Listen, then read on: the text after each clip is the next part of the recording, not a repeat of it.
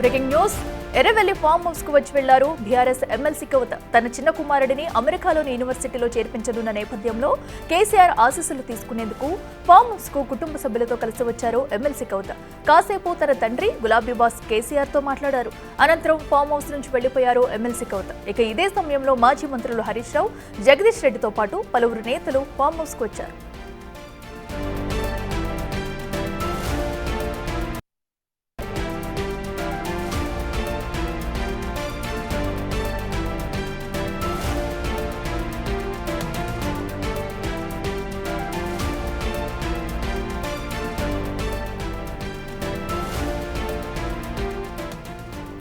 Right, ఇదే అంశానికి సంబంధించి మరింత సమాచారం మా ప్రతినిధి దుర్గారెడ్డి లైవ్ లో అందిస్తారు. దుర్గారెడ్డి, చెప్పండి.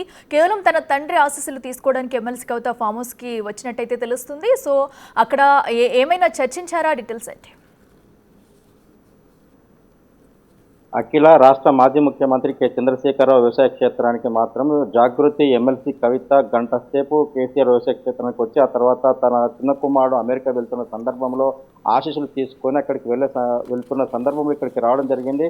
జూలై 9 తారీఖు నాడు ఎప్పుడైతే కేసీఆర్ ఆ కాళేశ్వర నివేదిక ముందు హాజరు కాబోతున్నాడో ఆ రోజు మాత్రం ఎమ్మెల్సీ కవిత కేసీఆర్ ఫామ్ హౌస్కి వచ్చి వెళ్ళారు. ఆ తర్వాత కూడా మరీ ఈ రోజు అంటే రాష్ట్ర మాజీ ముఖ్యమంత్రి వ్యవసాయ క్షేత్రానికి తన కూతురు కేసీఆర్ కూతురు మాత్రం వచ్చి అమెరికా వెళ్తున్న సందర్భంలో చిన్న కుమారునికి ఆశీర్వదించాలని చెప్పి ఆ లోపలికి వెళ్ళిన తర్వాత గంట సేపు మాత్రం కేసీఆర్ కుటుంబ సభ్యులతో మాత్రము ఆ కవిత, భర్త, తన పిల్లలు నలుగురు మాత్రం కలిసి వచ్చారు. ఆ తర్వాత అక్కడికి వెళ్ళిన తర్వాత గంట సేపు వాళ్ళ కుటుంబ సభ్యులతో కలిసిన తర్వాత తిరిగి హైదరాబాద్ ప్రయాణం అయ్యారు కవిత. ఆ తర్వాత ఈరోజు ఆ సాయంత్రం మాత్రం అమెరికా వెళ్ళినారు. ఆ తర్వాత 15 రోజులు అంటే 10 ఫస్ట్ వరకు కూడా అమెరికాలోనే కవిత అక్కడ ఉండే అవకాశం ఉన్నట్టుగా తెలుస్తుంది. దాంతోపాటు ఆ కేసీఆర్ ఆశీర్వాదాలు తీసుకున్న తర్వాత వెళ్ళిపోయింది.